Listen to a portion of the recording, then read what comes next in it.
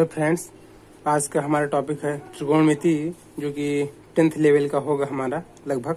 ठीक है, तो सबसे पहले हम लोग त्रिकोणमिति को जानते हैं। त्रिकोणमिति है क्या?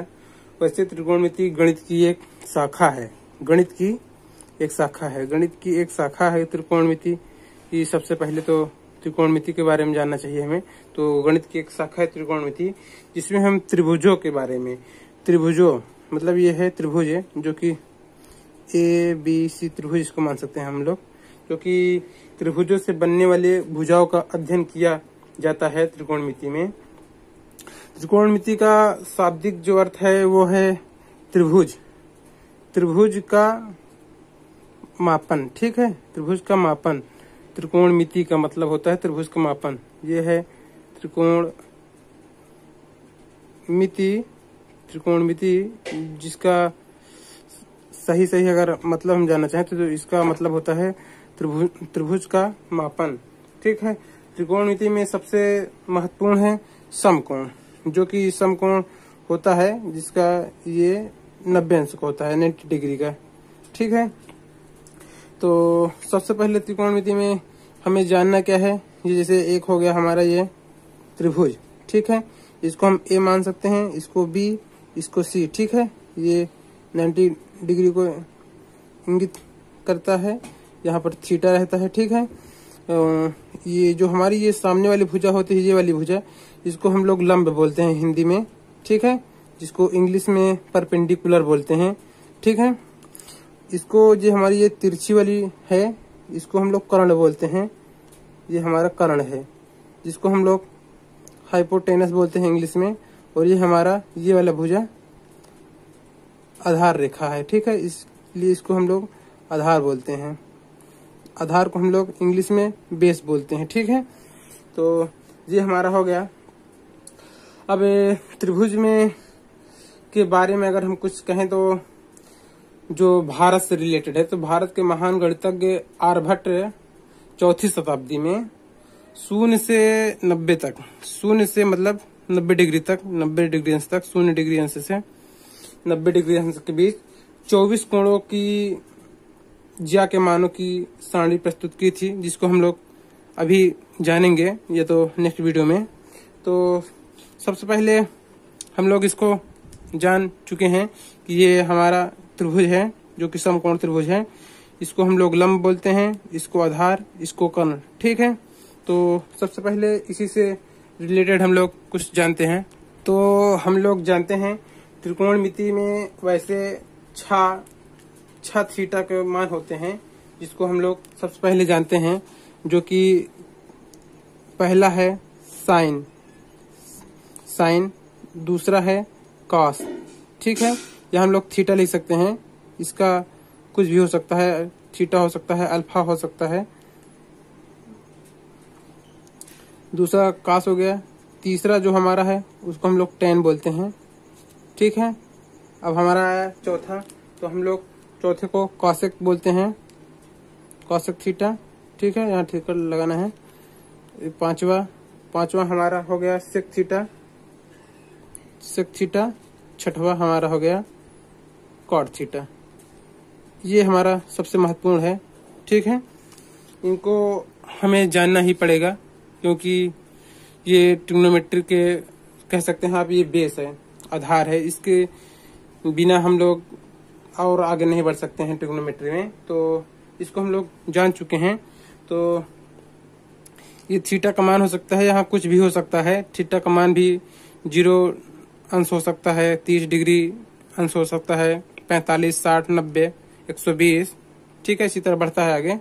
तो सबसे पहले हम लोग इसको निकालना जानेंगे। इसके लिए एक फार्मूला है, जो कि सूत्र उसको बोलते हैं। तो हमारा ये सूत्र है, जो कि हम लोग हिंदी में बहुत अच्छे तरीके से लाल बटे कक्का कहते हैं। ठीक है, तो इसी से हम लोग इसका मान निकालते हैं। तो जैसे साइन है, तो इसको हम लोग लाल, सबसे पहले ये वाला लेंगे, तो लंब बटे कर्ण। तो हमारा लंब क्या है? लंब हमारा है BC, लंब हमारा है BC, और कर्ण हमारा इसका क्या है? कर्ण है AC। तो ये साइन थीटा का मान ये हो गया, मतलब कह सकते हैं लंब बटे कर्ण। तो लंब बटे कर्ण ये हो गया साइन थीटा का मान, ठीक है। इसके बाद इसी तरह कॉस थीटा आया, तो कॉस को हम लोग लिखते हैं आधार बटे कर्ण। आधार हमारा क्या है? आधार हमारा है ए बी है, आधार हमारा ए बी है और कर्ण क्या है हमारा? ए सी है, ठीक है। तो ए सी लिख चुके हैं, तो आधार बटे कर्ण, ठीक है, आधार बटे कर्ण। तो आधार बटे कर्ण ये हमारा हो गया। इसी तरह टेन है, टेन हमारा क्या होगा? लंब बटे आधार। तो लंब हमारा क्या है? लंब हमारा BC है, यहाँ BC, ठीक है, BC बटे और आधार क्या हमारा? AB है, ठीक है, AB ये, ठीक है। तो लंब बटे आधार, लंब बटे आधार ये हमारा हो गया 10। उसके बाद कौशिक आता है, तो कौशिक जो होता है वो साइन का जस्ट उल्टा होता है। तो साइन का जस्ट उल्टा हम लोग करेंगे तो कर्ण बटे आधार हो जाएगा, ठीक है। तो कर्ण हमारा क्या है?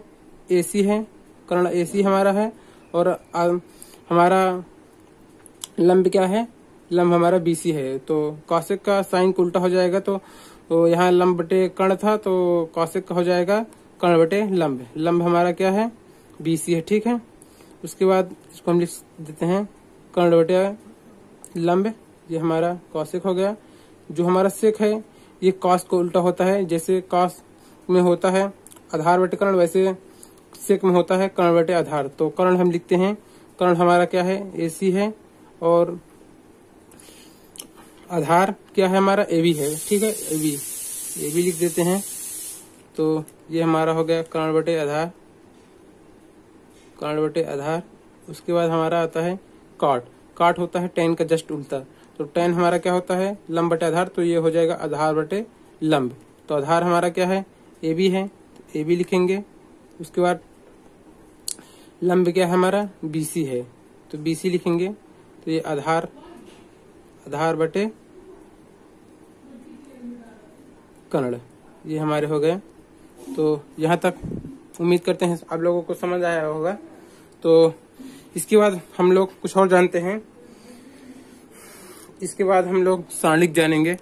अब हम लोग एक चीज और जानते हैं कि ट्रिग्नोमेट्री में एक पाइथागोरस प्रमेय होता है। तो पाइथागोरस प्रमेय के अनुसार ही मैथ का ये ट्रिग्नोमेट्री बहुत फार्मूला डिपेंड करता है, इसलिए पाइथागोरस प्रमेय को आगे हम लोग जानते हैं।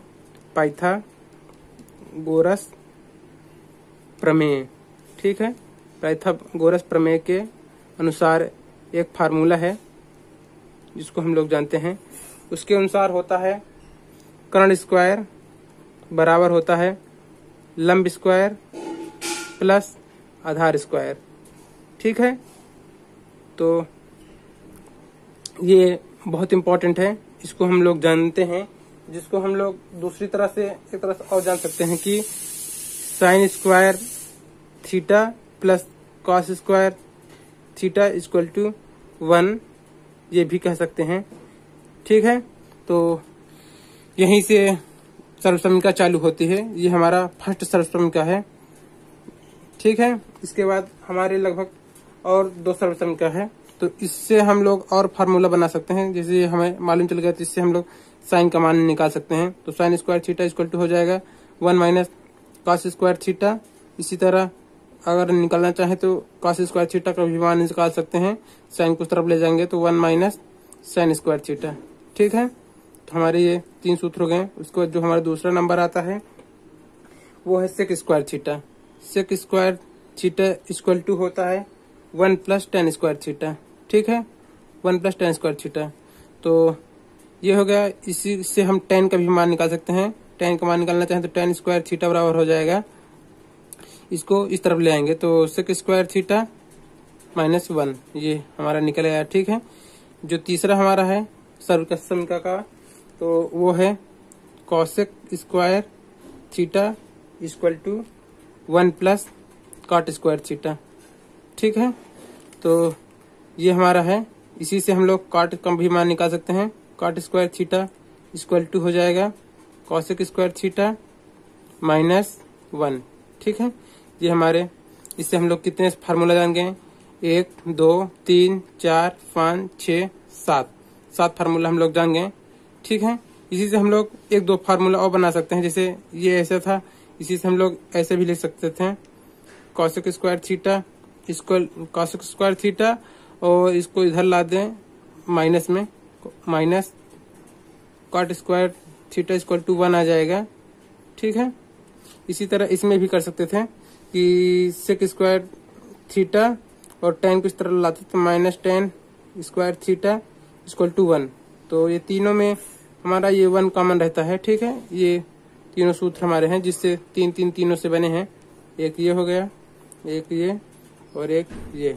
ठीक है, तो हमारे ये 9 सूत्र बन गए हैं। ये हमारे समीकरण कैसे बने हैं, तो इसको हम लोग सिद्ध भी कर सकते हैं ये कैसे आया। ठीक है, ये सारे जो है 9 सूत्र, इनको हम लोग सिद्ध भी कर सकते हैं। तो आज के वीडियो में बस इतना ही। अब सबसे पहले तो उम्मीद करते हैं आप इसको जानिए, उसके बाद हम सारणी जानेंगे कि इसमें कुछ महत्वपूर्ण सारणी होते हैं जो कि बहुत इंपॉर्टेंट होते हैं, उनको हम लोग जानेंगे। इसका मान कैसे निकाला जाता है, जैसे ये देख सकते हैं, ये यहाँ पर कुछ सारणी दी गई है, देख सकते हैं ये सारणी हमारा है। तो इसको कैसे बनाया जाता है, इसका मान हमें याद नहीं करना है, इसको हम लोग ऐसे ही निकालेंगे। ठीक है, विदाउट किसी तरीका का याद नहीं करना है हम लोगों को, केवल हम आपको ट्रिक बताएंगे जिससे आप लोग इसका निकालना अच्छी तरीके से जान जाएंगे। तो आज के लिए बस इतना ही। तो थैंक यू फॉर वाचिंग, और आपसे रिक्वेस्ट करते हैं कि वीडियो को अगर अच्छी लगी हो तो लाइक करिए और ज़्यादा से ज़्यादा शेयर करिए और सब्सक्राइब भी करिए। उसके साथ साथ आपको कुछ डाउट भी हो या तो कोई मन में और विचार आ रहे हो तो उसको कमेंट करके बता सकते हैं, उसको हम आंसर देने का कष्ट करेंगे या तो करेंगे। Thank you.